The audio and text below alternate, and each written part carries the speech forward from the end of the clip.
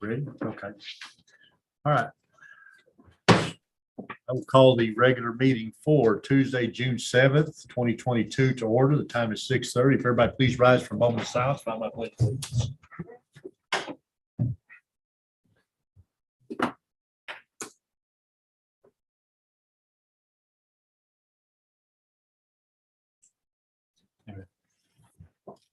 I pledge allegiance to the flag of the United States of America and to the republic for which it stands, one nation, under God, indivisible, with liberty and justice for all.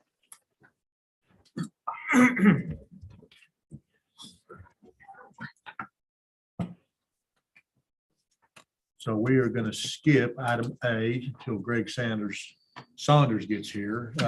Next item is citizens' comments. We're going to go in the public hearing. Or do we have any citizens' comments? I see. Did you want to make any comment? I saw you sneak in the back. I did sneak in the back. But no, hello, everybody. Yeah, we can go ahead with the public hearing. Okay, so we'll go into the public hearing. Everman City Council will hold a public hearing to consider an ordinance of the city of Everman, Texas for the adoption of water and sanitary sewer impact fees for in accordance with Texas Local Government Code, Chapter 395. I will open the public hearing. Right? Yeah, you have the time. Oh, that's right. 6:31's time. Okay, Mayor, before we entertain any citizen comments associated with this, I would like to introduce Aaron Fricky. He is an engineer with Cobb Finley. He has been the one, yes, please come on up. He has been the one primarily conducting all of the research and work behind this. I believe he's been before you previously to discuss the capital improvements plan and the land use assumptions plan. He has prepared a presentation for you this evening that I've got. I'm going to put up on the screen for you, and I've also provided you with a printed copy in front of you as well. So just 1 second. I will share my screen and get that presentation up. Hey, Greg. Hey.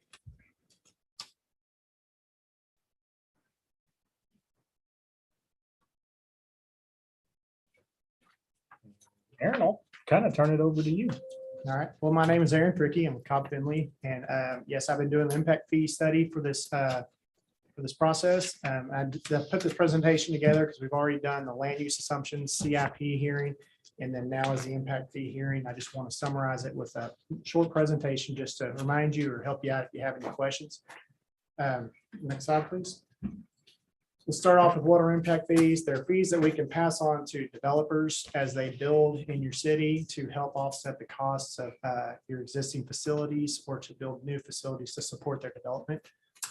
It's covered by local government code, Title 12, Planning and Development, Chapter 395. Those are the rules I have to follow, the regulations that guide me into coming up with the impact fees that we are allowed to pass down. Next slide, please.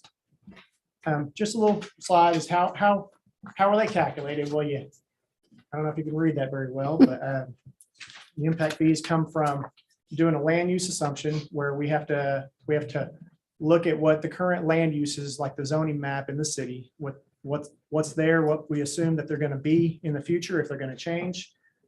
We have to project what the population is going to be in the next 10 years. And then any projected demands on with actual buildings and houses and commercial development. And then we put together a capital improvement plan, which is your actual facilities that will need to be improved. And this could be water lines. In this case, it's water lines and sewer lines. Some cities include roads a little bit more in depth. But on this one, we focused on water and sewer because that's going to be mostly impacted by any development that comes in here. But we try to determine through the land use assumptions and the population growth that's coming that we anticipate, these are the projects that we anticipate coming up in the future. And then we look at those projects and we can pass down a certain percentage of that to developers as they develop. Next slide, please. So land use assumptions is basically looking at what your current zoning is for the city. And it has a agriculture, commercial, residential, industrial. And as the city grows, there's some little pockets of areas that are considered agricultural right now. And they could possibly be switched to residential if the developer buys them up and decides they want to rezone it. And that's typically what happens when you have big chunks of land near to the Metroplex. Developers will buy that land, convert it to residential through the zoning procedures. And then they will build a lot of houses or resident or commercial, will develop that property. So that's what land use assumptions. We look at what it currently is and what we think it will be in the future. Next slide, please. Population projections. This is just a little graph showing that over the past several years, city of Everman has been pretty steady on population.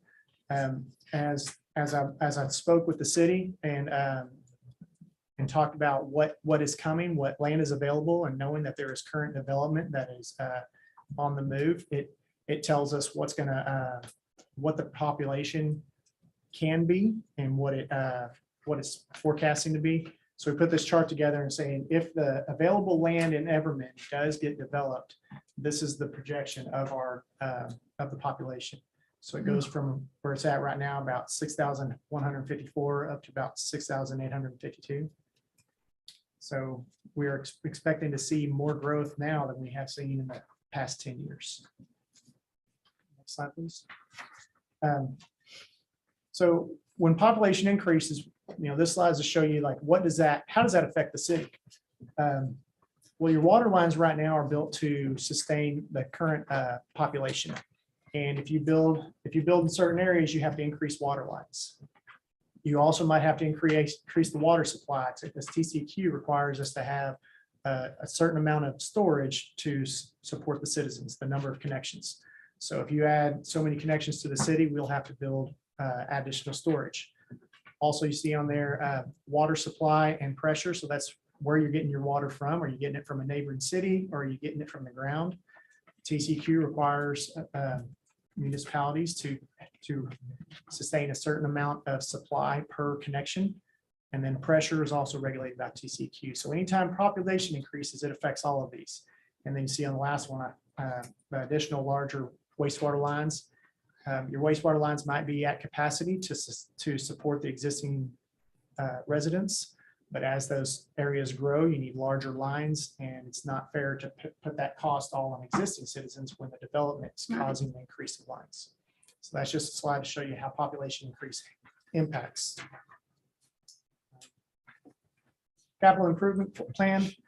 Like I said, this is kind of after we understand the land use assumptions and we start applying it to the capital improvements. So once we know where the city can grow, we can look at what does the city currently have on the plan to improve. There's water lines that are aging, there's water lines that are failing in the area, water lines that are undersized perhaps, and the city already has a plan to address existing infrastructure.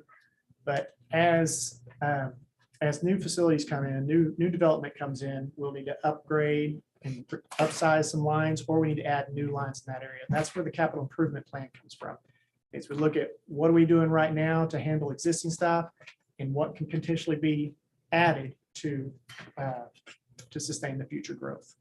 So I put together the capital improvements plan. And we also look at the capacity of the existing stuff, existing water lines. If an 8-inch water line can handle so many residents and you're only adding a couple of residents that water line can still sustain a few more additional properties, then we're not going to have to upsize that. But we do look at the capacity to make sure we don't have to upsize it due to development. Next slide, please. So this capital improvement plans, I'm sorry, it's small, but it's been in the handout. It's been sent out to you, I believe, previously. This is overall, after talking with the city, the plan they have set out in the future, the lines they wish to address, as well as some, that's the overall cost of the projects that are in the future 10 years. At the bottom chart there, and I know it's hard to see, hopefully you can see it in front of you. I have good eyesight, so I sometimes don't realize that printing too small. So on the bottom chart, we summarize the actual projects that are from the impacts that are these projects are actually caused by the growth. So we separate that out. We establish an overall capital improvements plan, but we say which ones are impacted by the growth. That number there goes into the calculations to determine what impact fees we can pass on to the development. Next slide. This is the same thing just for the sewer system. So we have a plan for the water and the wastewater moving forward. And then the last thing we get to do is we get to apply those numbers from the capital improvement plans. We get to apply that to the expected growth, which in this case is 217 additional units, which would be residences or commercial or residential properties. Doing a little bit of math, that's guided. We're guided by the regulations. We came out with about $3,193 that you could pass on per unit on the water side, and $2,410 that you could pass on to the developers on the sewer side. And that is the maximum allowed impact fees that you can pass down.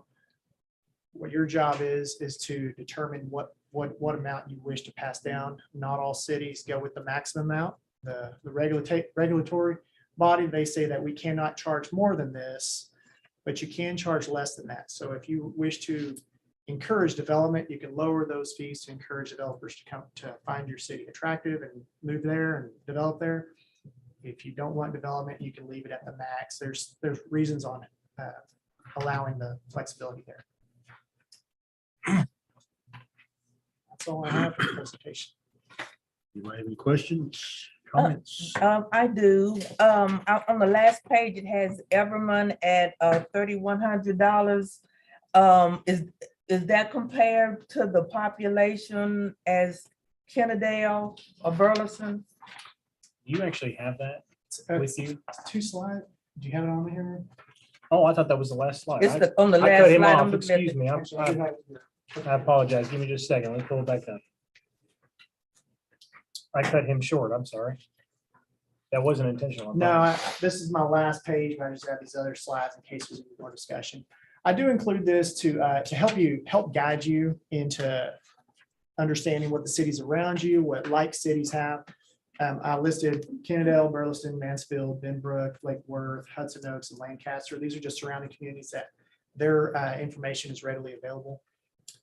So they're on it. I included the average. So if you just want to look across the board, the average is 2864, and Everman came out about 3193. So that's pretty close. And on the sewer side, the average is about 1676, and we came in about 2400, came in a little bit over. And that's just due to the way the cities are set up and the way the infrastructure is either the city's built out or not built out. A lot of variables can impact where these numbers fall. I did want to include that so that you have an idea of where you stand and which way you might want to push it. One thing to keep in mind is when we get to the action items, we're going to ask the council to adopt an ordinance setting these fees. You can adjust that fee right there to whatever you feel is best. So where you're not locked in at that 3,193. When we get to that ordinance, you'll have the ability to adjust that fee. When we get to that point, because I know we've got a couple things to do between now and then, but I'll provide you with information on what the Capital Improvements Advisory Committee has already met about, discussed, and recommended to council to adopt, and then you can choose to go with that recommendation, or you can adjust that however you'd like. My next question is when it's talking about the different streets, I see in one edition, it has all the streets labeled in here except one. On the first one, it's talking about Columbine, Wisteria, and Southway. It's the first one that's listing the streets. There, yes. Okay, why is Bluebell not on there?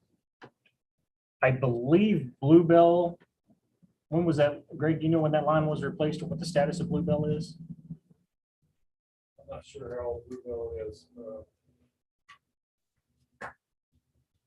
But it is newer than the rest of the neighborhood. Okay. Bluebell's the only one we've ever worked on that anything on it in the last 30 years. Okay, and I see Southway Drive is only at $65,000. Is that enough for that? I know it's just a short road. I mean, it's just one-sided. Yes, give me just one second. I'm not ignoring you, ma'am. I'm actually pulling up our water map so I can tell you the size of the line and how long that line is right there.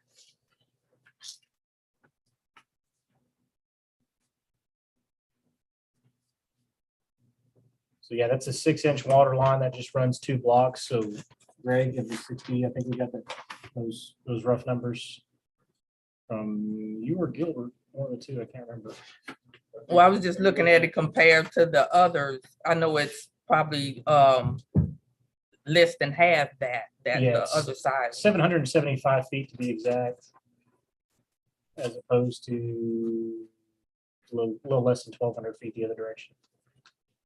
775 feet. Right now. Yeah.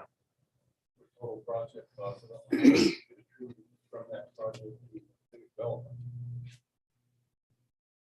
Okay, and my last question is regarding Roy C. Brooks. With that being the latest, I guess, close to the last new road that we have, are there any water lines up under it?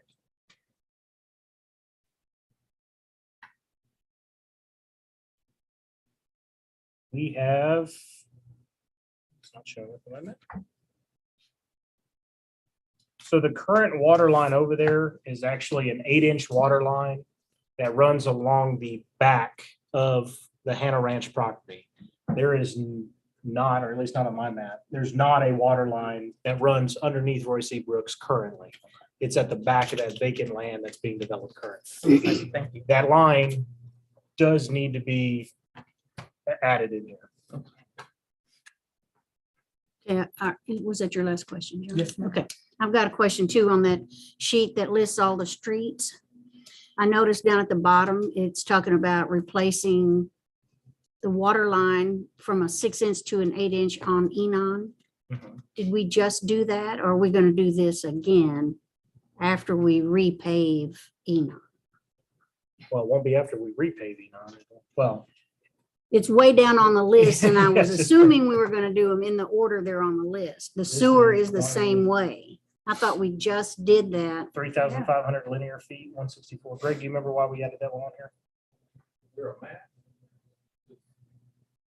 Not as- Everything on Enon is brand new from the west side. Forest Hill Drive. Oh, this is a recently completed project. And do you want to explain Well, that? Yes, this is, on the bottom, those are the projects that are mainly impacted by growth. So if growth happens down Enon, which is in the ETJ, I believe, that's the area that can be developed, we would need to run a line further than where the current city currently has the line.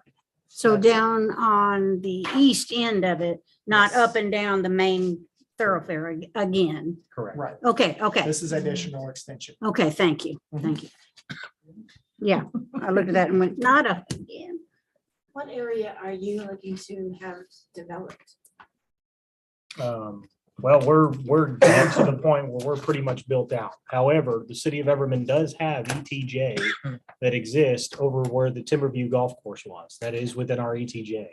In the future, as the city moves forward and we establish development agreements with those residents or property owners over there, that will become the city of Everman. At some point, that land may be developed into other purposes, at which point we would have to address our infrastructure needs within water and sewer to handle that. So we have the potential of growing out to Timberview, Shelby Road, all that unincorporated area out there. Any other questions? Thank you. Okay, so we have our public hearing. Does anybody have any comments they would like to make on the impact fees? So seeing none, I will go ahead and close the public hearing. The time is 6:49.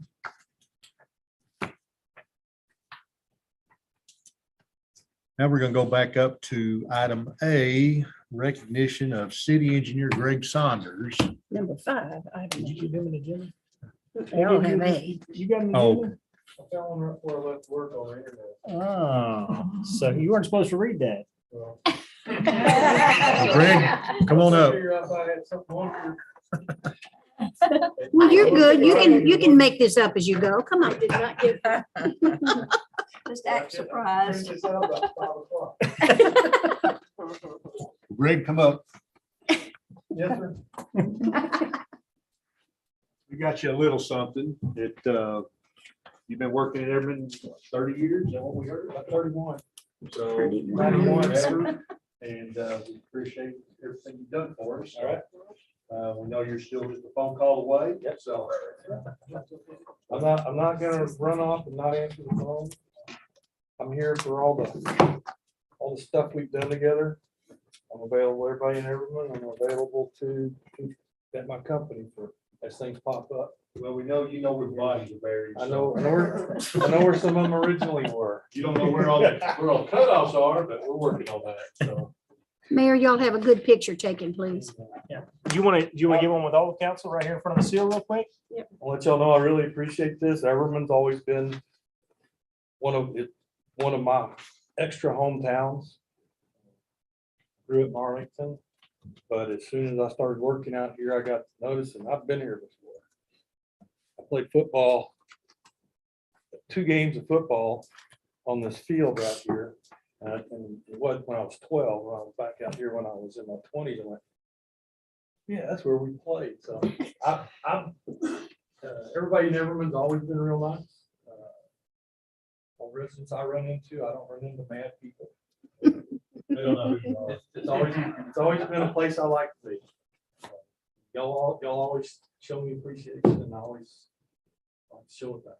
I thought you were bringing your replacement. Was that the case? Maybe. I don't know if that's been finalized This yet. was, this was a secret. Let's get a picture with y'all real quick if we can. But it will be Andrew Lewis, I believe I mentioned him. Yes. He and I need to. Council want to come up? However y'all want it. Yeah, we do it right here if you'd like. Yeah, y'all do it right there. Okay.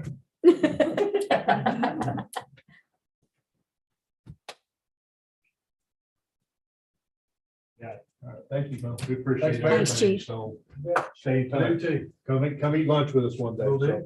Thank you. Yeah, we're gonna miss you. Best of luck to you. Yes, we will miss you. Yeah. Got to break in a new one now. Medias. Yeah, so far, yeah. Hardly all that food. Well, no, they've been talking about moving. I didn't mean that. Okay, so, item Thank y'all very 7. much. Thank you. Thank Thank you you. very much. Discussion items, we have none.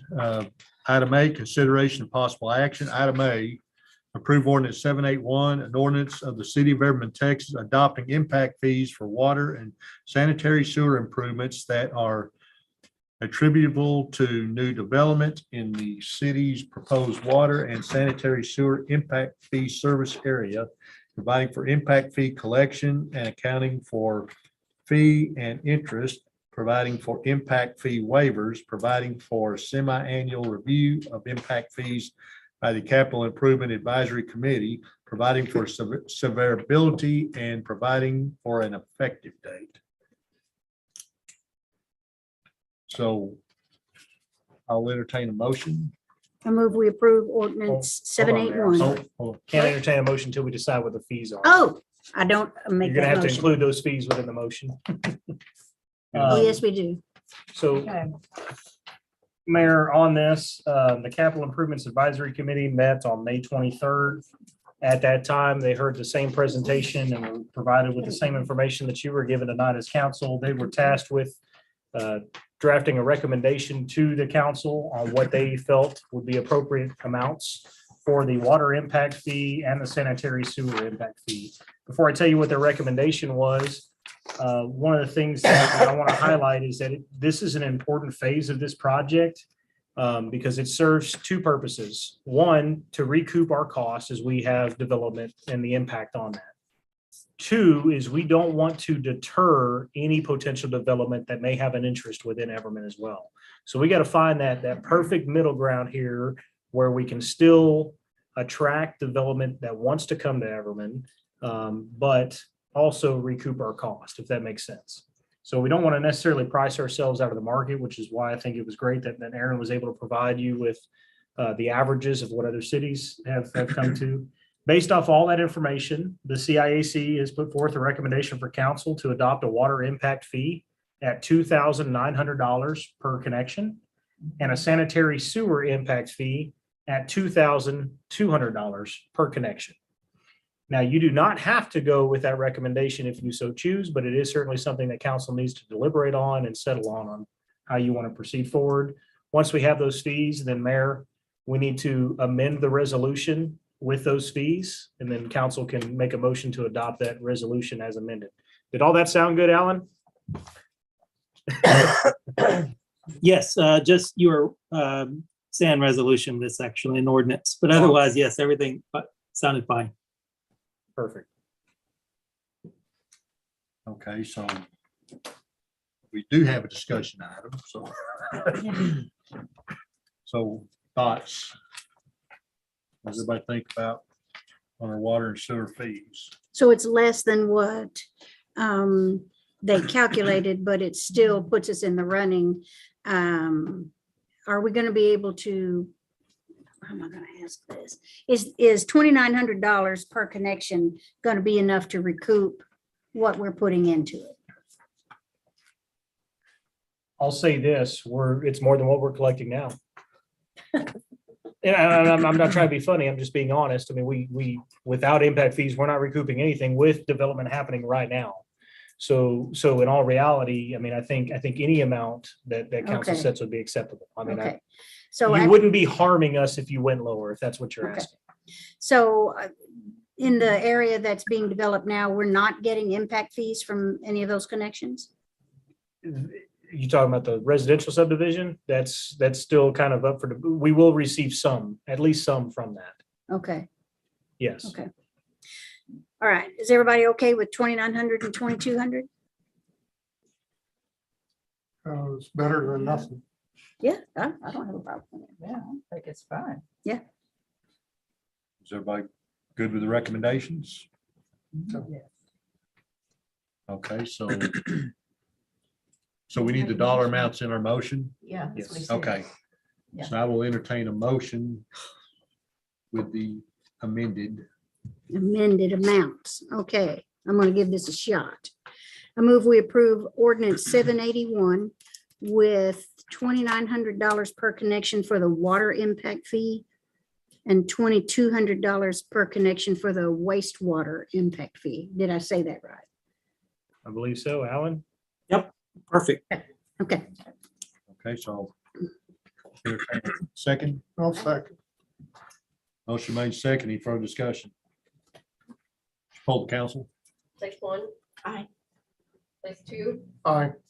place three, Aye. place four, aye. place five. Aye.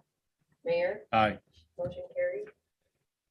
Next item, item B, resolution 2022-06-01, a resolution of the city of Everman suspending the June 17th, 2022 effective date of Encore Electric Delivery Company's requested rate change to permit the city time to study the request and to establish reasonable rates, approving cooperation with the steering committee of cities served by Encore to hire legal and consulting services and to negotiate with the company and direct any necessary litigation and appeals.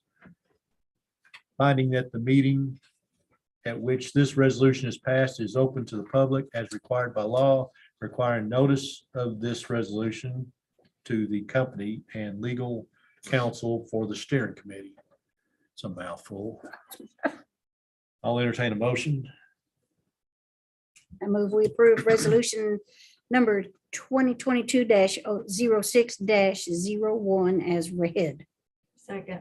You didn't want to read it? Not again. Okay, it's a motion made and second. Any further discussion?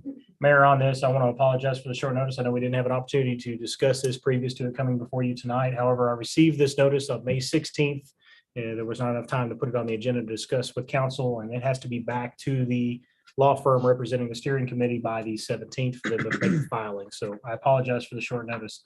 essentially, the Encore has filed their annual rate review mechanism. And they've proposed an increase of 11.2% in rates that will affect consumers.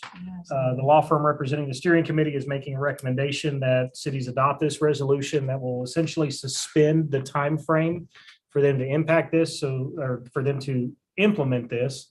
So the steering committee has an opportunity to negotiate and do some other things with them. So this is based off the recommendation from the attorney that represents the steering committee that we are members of.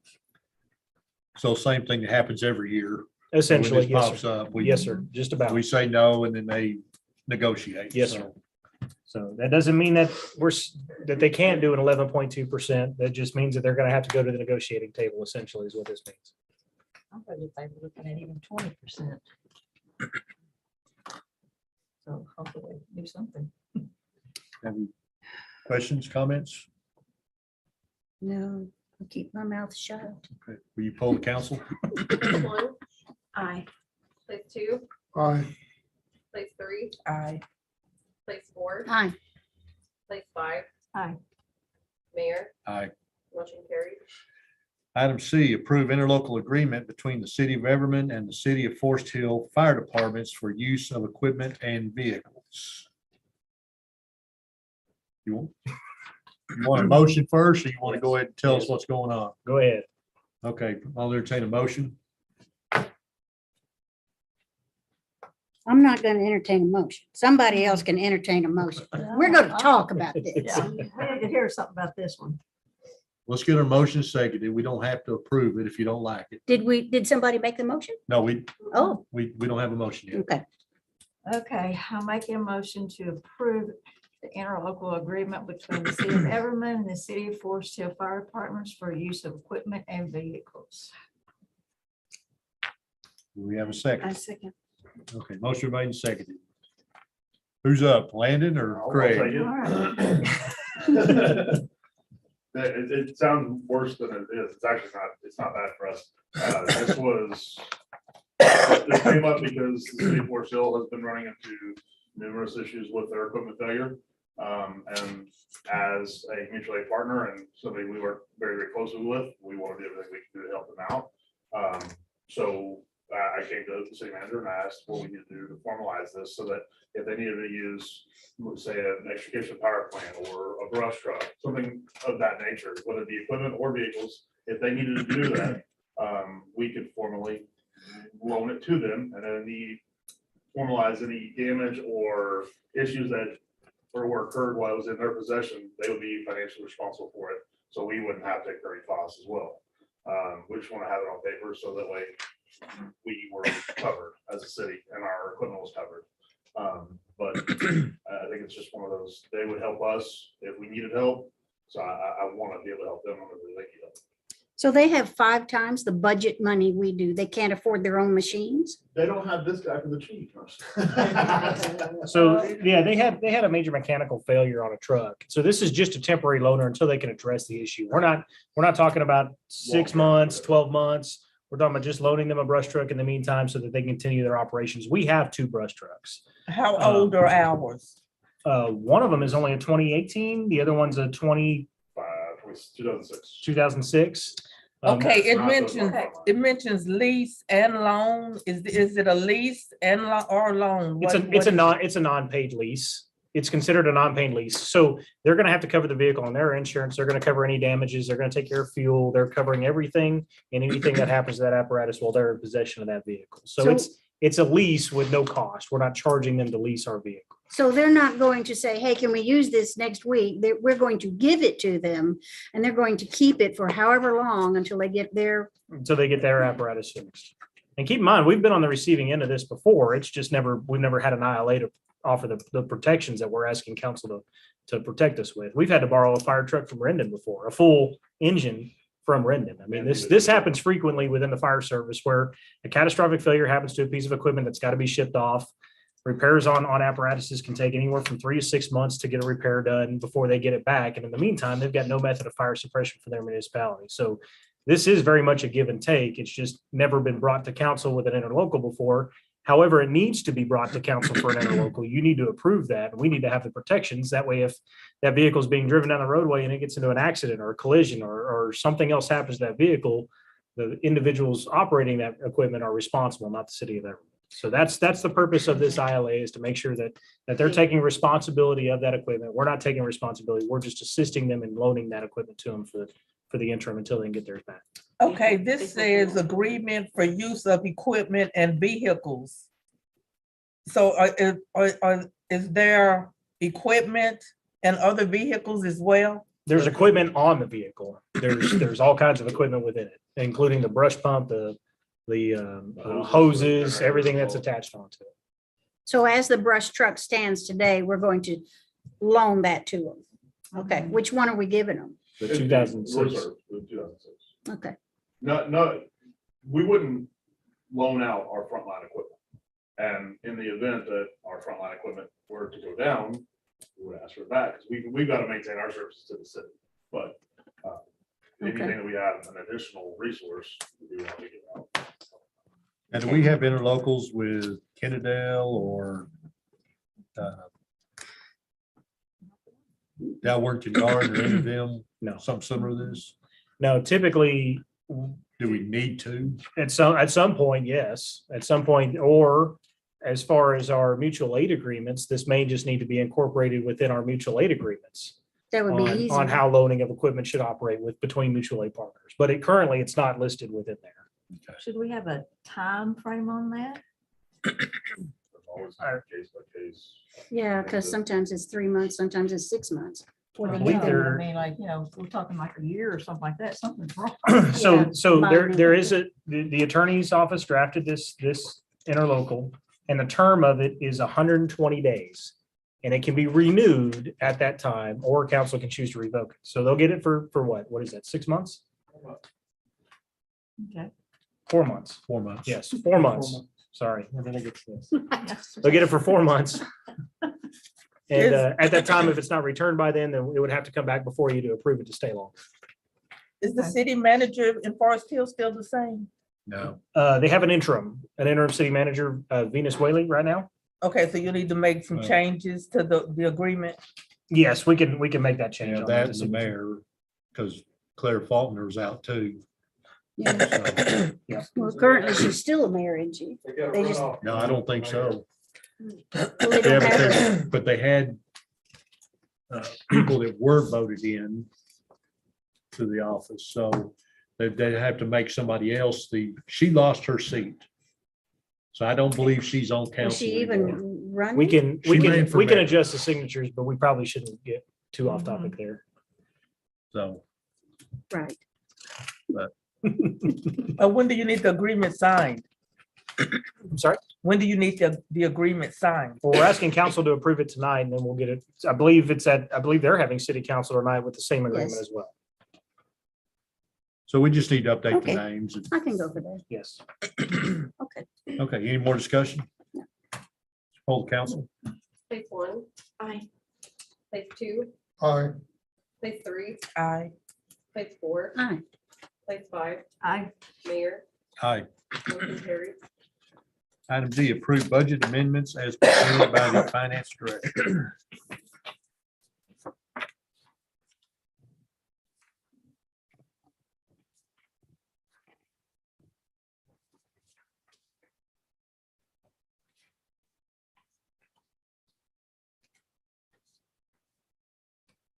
Well, I don't know.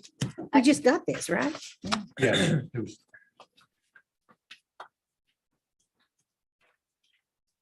It's just basically line item adjustments, right? Yeah. I'm gonna Can discuss we- it, but can we get a motion Motion and first? second. Okay, let's get a motion in a second, then Susan can go over it with us. Okay, I move we approve the budget amendments. I can't read that. Budget amendments as presented by the finance director. Mine is, I only have half a line. Second. Motion made and seconded.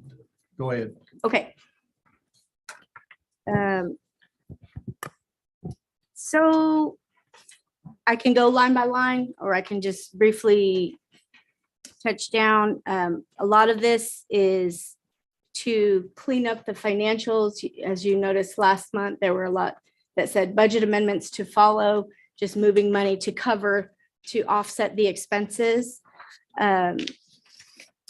Just so you're aware, nothing in the general fund hit the reserves. So it was all money that was accounted for in other areas. And then the same with the water and sewer fund. All of those expenses were ARPA funds.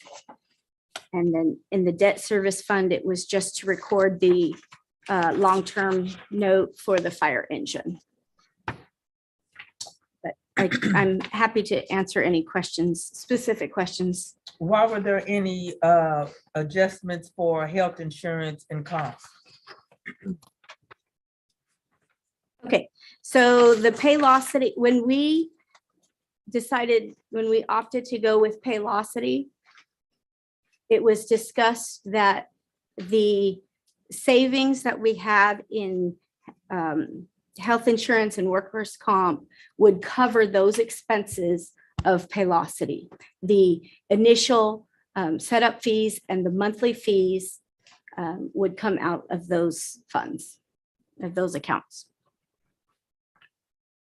If you recall, when we went back to our insurance broker, that was one of the things that we were proposing is we had a couple of different options. We could choose. We had been with Wellsprings Insurance for several years. We opted this year to venture out and see what other options were available to us. We had a company that offered us an insurance program that also offered us an employee management software that would handle all of our payroll, benefits, everything in that software. Once we told Wellsprings about it, we said, hey, match this for us, or we're gonna find another vendor for us. Wellsprings came through in stride and was able to get us on board with Paylocity by taking the savings that we have with insurance and what we had already budgeted and saying, you can still pay for this through the savings that we have through insurance. So all you're seeing is that health insurance line item is the savings, the workers' comp is the savings, that's being allocated to pay for the Paylocity. You're not out any more than what you've already budgeted in there. Nothing is touching reserves. All this is built within the budget. We just need to reallocate it and realign it with the budget amendment. Okay, so how come we're not using that?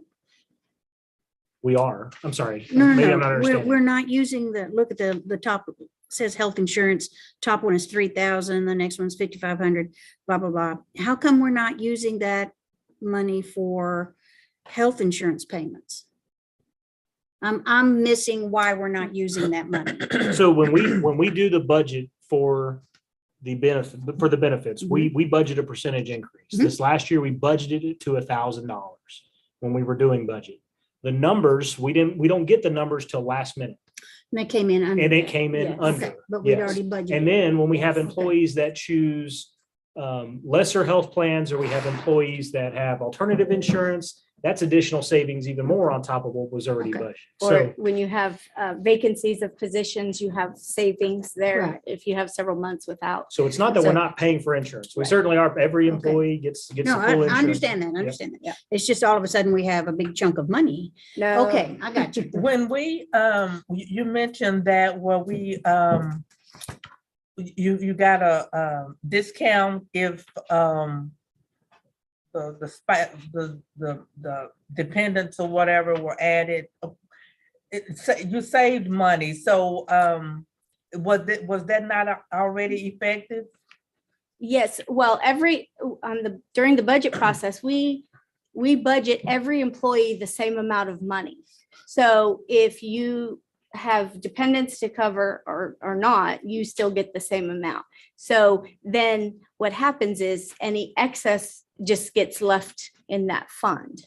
Right, but why are we just now doing it now when we discussed it when we first set it up? Or are we just not doing the budget amendment? Yes. So the budget was already approved prior to us knowing what the final rates were going to be. We're just now doing this with all the budget amendments together is all. But it's not that that just came around. We just now knew about this. And actually, the majority of this has already been approved individually, like when we asked to use money for the Youth Sports Association, we approved that use of money, and now this is just the actual budget amendment Okay. showing that movement of that money. Okay. Right. Sorry for going back, but That's did we okay. get a new computer for courts or something? That was the cameras and monitors for the courtroom. That was court Okay, technology. okay. That came out funds. of court technology funds, exactly. Yes, with the new LT system, we had to upgrade the computer that was in court. The council did approve that. And that was already previously approved as well. Now, what is this about the maintenance garage? There's two entries. Lease payment? Insurance. Halfway down the second The- page. Yes, the lease payment, Oh, because during, and this is an entry that's done every year. Because crime control pays $75,000 towards the police leases of the vehicles. Okay. Oh, And vehicles, the, okay. and the capital, Right. Okay. the outfitting of the PD vehicles is the 25,000. And we're just moving that over to the maintenance garage because when the bills are paid, it's all paid out of the maintenance garage. fund. Right. I If understand. would have, if it had said lease payments dash vehicles, we were going, oh, okay. Okay. Yeah, I said lease I payment. got you. What lease payment? I thought we were going to do away with the maintenance garage. well, we don't have a maintenance garage, but it still hits that, say, it's still called the maintenance garage fund budget. We haven't changed the name of that Basically, yet. it could be fleet. We can change the name to whatever you want. There's not any salaries or benefits hitting that Right. account. It's just strictly the expenses for our fleet vehicles. At some basically. point, we do need to change That, the title And because we can. it's confusing. We can do that. we can do that with the So, new, now Like I is the said, time. fleet would be perfect. sure. Mhm. You know, a lot of cities use that. but Yep. Okay, so while we're on that specific line item, I'm a little fuzzy on what it means. Insurance revenue to offset expense. What expense? Ooh, That's probably Okay. one of the. Okay, I can tell you exactly what happened. So anytime one of our vehicles is involved in an accident and we receive revenue from TML to cover those expenses, that's all this is. It's offsetting the expense. So we received $14,925 from TML. Forest Hill Drive, you know. And that is going back towards maintenance garage to cover the expenses that we paid to the body shop Oh, that okay. repaired the vehicle. So it's just covering those. Let's put the vehicles in here. So does that Yeah, mean that yeah. it was our fault? So we've Since had, we No, not covered it up necessar- under insurance? No, not necessarily. They just, TML will reimburse us, but then TML goes after the other insurance company if it's their Okay. fault. So we won't see that fund here. some of them were our fault and some of them weren't, but it's all insurance revenue there. Okay, for fire, what is that for? Okay, that money is, and you'll see some additional amounts on the next set of budget amendments. We have received money from Tarrant County 911 and Tarrant County to, that was their contribution towards the new dispatch. And so this is just moving those funds out of miscellaneous revenue, moving it over to cover the actual expenses of the new dispatch area. Okay, now I have a question regarding the dispatchers from the other cities. They're covered up under that city, correct? Like Forest Hill Well, or anybody That's- that, we're getting off Yeah. track, Johnny. We can't talk about that. That's not an agenda. Follow item. up with me after, maybe I can answer your question. I'm just understanding right now, but I can answer that for you. We have any other questions on budget amendments? what is that for the memorial, the 372? Those were bricks. Those were The bricks. Memorial Park Mhm. bricks. Okay. so And, just have and a we're just credit. taking the money that we received in, that people had paid, and just covering the expense of those. Okay. Mhm. Be nice if you put breaks. Any other questions? Oh, council? Place 1. Place 2. Hi, Place 3. Aye. Place 4. Aye. Place 5. Aye. Mayor, Aye. motion carries. Next item, item E, approve civic center policies and procedures as presented. I do have an amendment to this, so we'll have to discuss it first. Okay, I have updated the policies and procedures after our last meeting to make sure that we included the ability for customers or citizens to utilize desktop, or I'm sorry, kitchen top warming equipment, as long as it's for warming purposes only.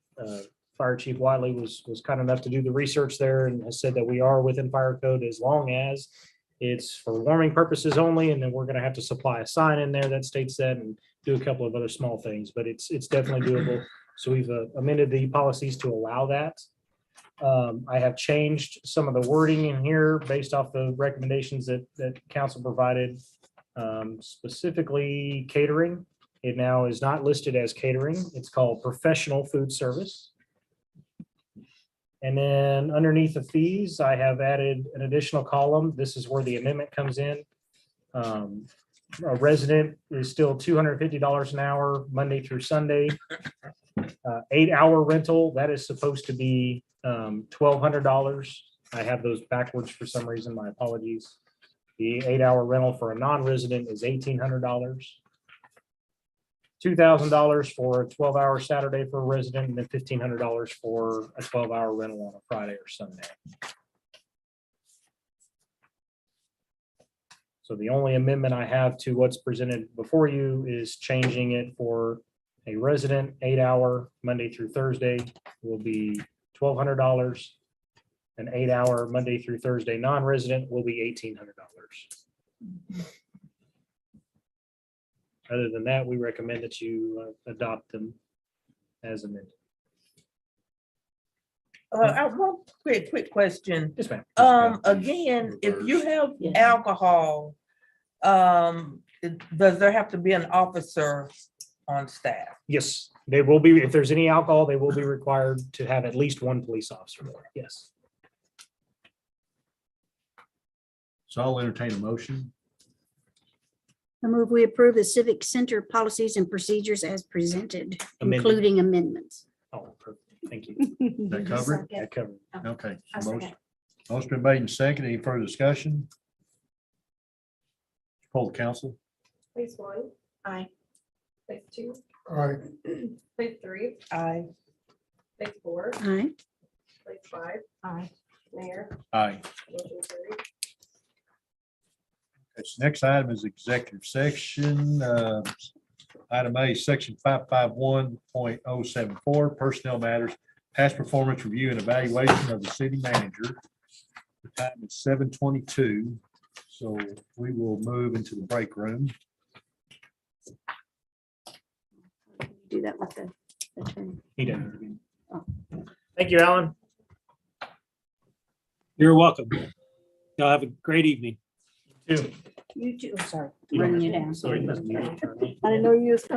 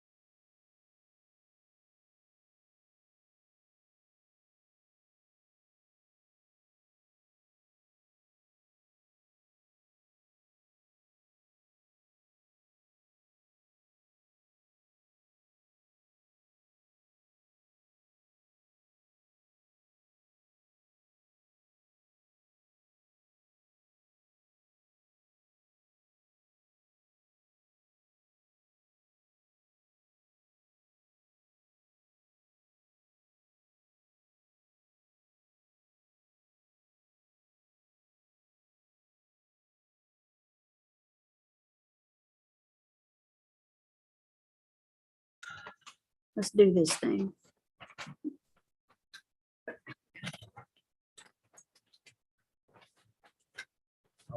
Are you ready?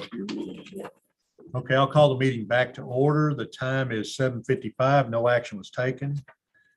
Next item, city manager's report. I just wanted to provide a couple updates. One, the Civic Center is pretty much complete. We've got substantial completion walkthrough scheduled for tomorrow morning. So we're going to be going through that. There's still some minor touch-ups. They're doing a deep cleaning tomorrow. But pretty much the facility's ready to go. They're going to also be completing landscaping. Depending on the timeline, some of the landscaping, particularly along the curb line here, may occur after the ribbon cutting. Just because we're just kind of running out of time and getting it done before the ribbon cutting ceremony was scheduled. But overall, everything should be done. There is still striping to be done in the parking lot that is scheduled to occur this weekend. They're going to do the pressure washing and striping of all the parking spaces and adding of the curb stops and stuff within the parking lot this weekend. So the ribbon thing's still scheduled for the 15th, right? Yes, ma'am, that is correct. We will be having it rain or shine on June 15th because we've got other stuff to move on to. We got things happening and scheduled to occur. So What time? we're not postponing that. 10 a.m. Commissioner Brooks has agreed to be present and has also agreed to speak, so he'll be there speaking as well. Mhm. And following the brief outside ceremony, we'll ask all council and EDC members and city staff to come up and help cut the ribbon. We'll go inside, we'll have some refreshments and snacks available, and everybody can take a tour of the Civic Center and just have a good time. It's almost here. If any council members would like to, we're going to go over there immediately after this. If you'd like to come over and take a tour before the ribbon cutting to see the facility, you're more than welcome to. We're happy to let you go in. We've got to go over there and adjust some lights anyway and do some things. So we've just been waiting for it to get dark to do that. And then the road construction, Ray Street will be complete as far as the asphalt work on Thursday of this week. We've got contractors that will begin the striping of Ray Street and Wichita and all the new traffic pattern that will start Friday evening. They're going to do some of the work overnight when there's the least traffic impact and not prohibiting people going to and from work. And then you'll also see crews out over the weekend on Saturday and Sunday doing some striping and adding in the flex delineator post and that sort of stuff over the weekend. So hopefully by Monday morning, everything will be complete and ready to go with the new traffic pattern. We're going to have officers present to kind of help guide people as we've got 40 or 50 years of bad habits to break. And the officers are going to have some bad habits. Hopefully they may break as well. Is the So, speed limit 20 on both sides? yes, ma'am. Speed limit will be 20 on both sides, all the way around the. Interesting. Yes, it will be. It will be. The draft of the parking spaces was completed today and sent over to the contractor. Altogether, we're looking at adding 186 parking spaces around our park with this new design. So that'll definitely handle any sort of event we look to put on and really increase our parking abilities for our festivals and events that we've got going on. So other than that, I don't have anything else for you tonight. Okay, mayor's report. I don't Oh, have I'm any. sorry, Mayor, I'm so sorry. I do have one more thing I was asked to provide an update on, and I don't mind doing it here. I know that city council is some members have been receiving emails from a Brian Homer. I was asked to give an update on that. Just please continue to disregard those emails. The allegations against him are correct. They are current. And he is essentially, what occurred previously was this gentleman was emailing previous other city council members to try to get out of a criminal charge that was made against him. The DA at the time during that charge about 4 or 5 years ago didn't have enough evidence to pursue the charges and pursue trial. So the DA dismissed that charge. He was under the assumption that it was actually his emails to the elected officials of that city that got him out of that charge. So he's essentially trying that again now. I can tell you that there is more than substantial evidence that exists that the DA is taking this case to trial on very, very serious charges, and that trial is scheduled. So his emails to you are it's not accurate. He's just trying to get out of So we The can trouble delete them. is, you can delete them all you want. Yeah. Anyway. Yeah, you can. Do you need them? I do not. I do not. I did converse with Sharon Wilson, the DA, about it. She's informed of it. She has just provided the advice of, I would just advise them to just disregard them, delete them, Okay. don't reply. Yeah, that's Of what course, I you can did. do what you want to, but that's certainly her advice. You had told us before.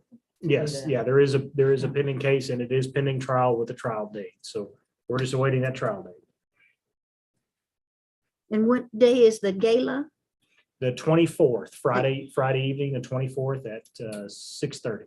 And Celebrate America is the 25th, The 25th, yes, ma'am, the Okay. next day. And then we also have our town hall meet and greet the 18th. 18th, yes. Yes, ma'am. Celebrate America starts at what time? 6 p.m. 6:30 6 times. 6. 6 o'clock. p.m. Got you. Okay. Thank you. Yeah, there will be a live band again this year, and then we've got close to 50 now vendors. Over that, we've got 12 food vendors, I've still got 3 pending. We're seeing another 2 vendors today. This is just going to be a very large event. The capital part is gonna be vendors, half part is gonna be bounce houses and attractions. It's gonna be great. Susan, you need to go look at the parking lot of the pavilion, At what? the chip seal job they did at the pavilion. Yes, I heard. I just haven't got over there because it can't drive. Yeah, Okay. I read Mayor's Mayor's report, I don't have anything, so I will adjourn the meeting. The time is 8:01. Yay. I need to do